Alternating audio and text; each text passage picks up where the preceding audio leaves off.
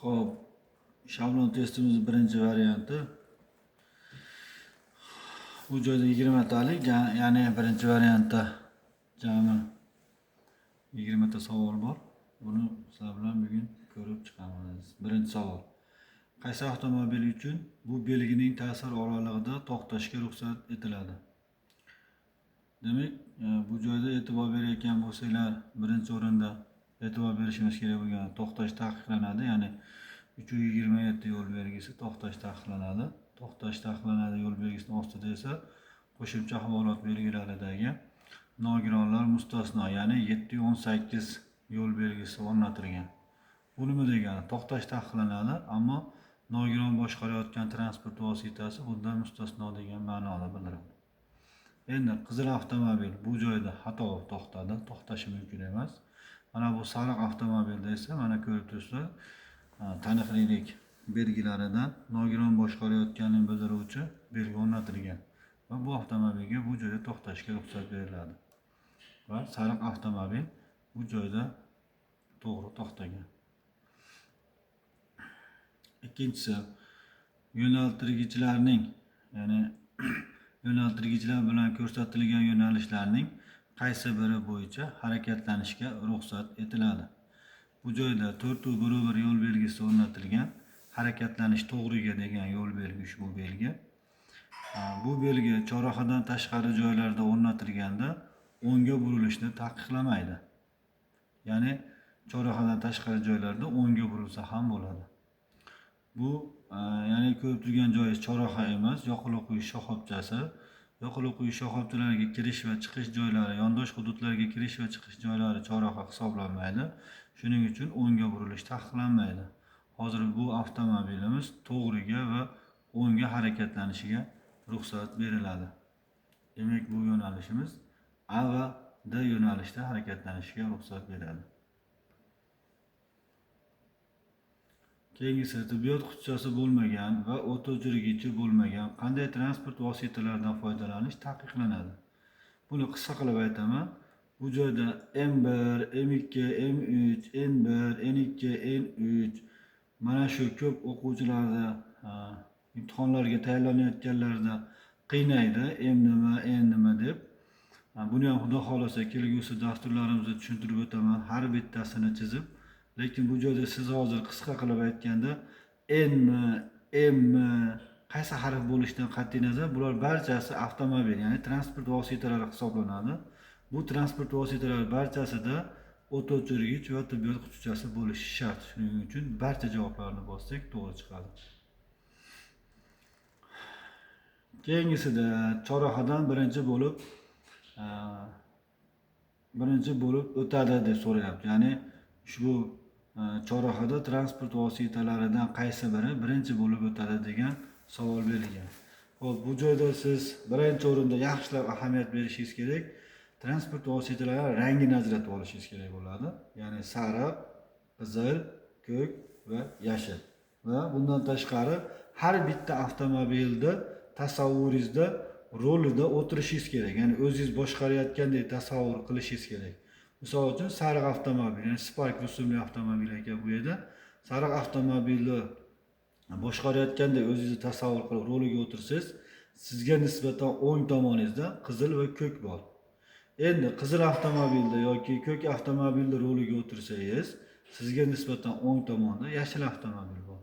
Yashil avtomobilda tasavvuringizda roliga o'tirsangiz, o'ng tomoni bo'sh hisoblanadi. Endi bu chorraha teng ahamiyatli chorraha hisoblanadi va teng ahamiyatli chorrahalarda o'ng qo'l qoidasiga rioya qilishingiz kerak. Sariq avtomobil o'ng tomondagilarga yo'l beradi, qizil bilan ko'kka. Ko'k bilan qizil avtomobil o'ng qo'lga yo'l beradi, yashil avtomobilga. Yashil avtomobil o'ng tomoni bo'shligi uchun chorrahadan birinchi bo'lib harakatlanishi kerak bo'ladi. Ya'ni yashil avtomobil degan javobni bossak to'g'ri bo'ladi. Xo'p, keyingisi harakatlanish taqiqlangan deyapti. Ya'ni bu yerda tartibga soluvchining birinchi ishorasi qo'llanilgan, ya'ni chorrahaga chiqib ikki qo'lini yonga uzatib turibdi. Bunda oldi va orqa tomonidan kelganlarga harakatlanish taqiqlanadi. Ya'ni oldi tomonidan oq avtomobil, orqa tomonidan esa yashil avtomobil kelgan. Bularga harakatlanish taqiqlanadi. Ikki yonidan esa, ya'ni chap qo'l tomonidan va o'ng qo'l tomonidan esa faqat to'g'riga va o'ngga burilishga ruxsat beradi. E'tibor berishimiz kerak bo'ladi. Bu joyda transport vositalarini harakatlanish yo'nalishlarini ko'rsatuvchi ogohlantiruvchi chiroqlar yoqilgan yoki yoqilmaganligiga ham albatta e'tibor berishimiz kerak bo'ladi. Bunda siz e'tibor berishingiz kerak bo'lgani, tartibga soluvchining o'ng tomonida turgan ko'k avtomobil chap tomonga ogohlantiruvchi ishorasini yoqgan holatda turibdi, ya'ni miltillab yonib turibdi. Va bu shuni bildiradiki, ushbu ko'k avtomobil bu chorrahadan chapga burilmoqchiligini bildiradi. Endi bizga bu tartibga soluvchi bu chorrahada to'g'riga va o'ngga burilishga ruxsat beradi. Ya'ni ikki yonidan kelayotgan avtomobillar va chap va o'ng yonidan kelayotgan avtomobillarga faqatgina to'g'riga va o'ngga harakatlanishga ruxsat beradi. Chapga burilishni esa taqiqlaydi. Bizdan so'rayapti, harakatlanish taqiqlanadi deb so'rayapti. Demak, harakatlanish taqiqlanadi. Oq, yashil va ko'k avtomobillarga harakatlanish taqiqlanadi. Oq, yashil, oq, yashil va ko'k avtomobillar. Ko'k, yashil va oq avtomobillarga harakatlanish taqiqlanadi bu joyda. Keyingisi, bu yerda bitta shpagalka aytib ketaman, ya'ni sizlarga bu bittaligi o'zinglar uchun shpagalka bo'lib qolsin. E'tibor berayotgan bo'lsanglar, bu joyda chorrahada svetofor borda. Tramvay harakatlanayotgan yo'lda o'rnatilgan svetoforda qizil va yashil yo'naltirgichi yonib turibdi. Avtobus bilan qizil avtomobil harakatlanayotgan yo'lda esa svetoforda asosi yashil yonib turibdi. Shuni hech qachon unutmanglar. Qizil va yashil yo'naltirgichlik birga yongan tarafdan kelgan transport vositalari rusumidan qat'iy nazar har doim yo'l berish kerak bo'ladi.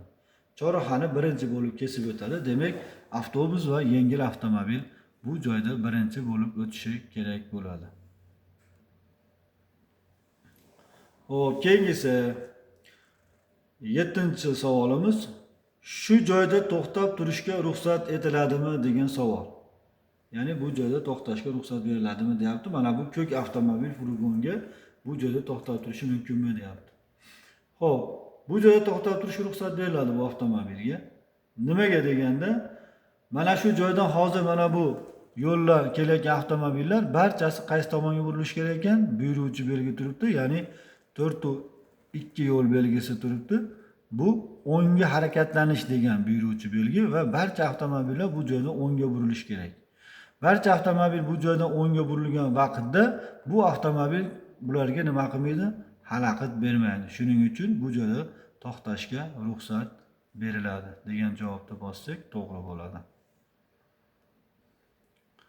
Xo'p, keyingisi odam tashish uchun mo'ljallangan yuk avtomobili yukxonasi bortining balandligi qancha bo'lishi kerak degan savol. Yukxonasining bortini balandligi degani, ya'ni yuk avtomobilining orqasidagi yuk solish uchun moslashtirilgan joyi bor-ku, shuni borti bor. Mana bu soddaroq qilib tushuntirishlik uchun shuni chetki qismlarida devori bor.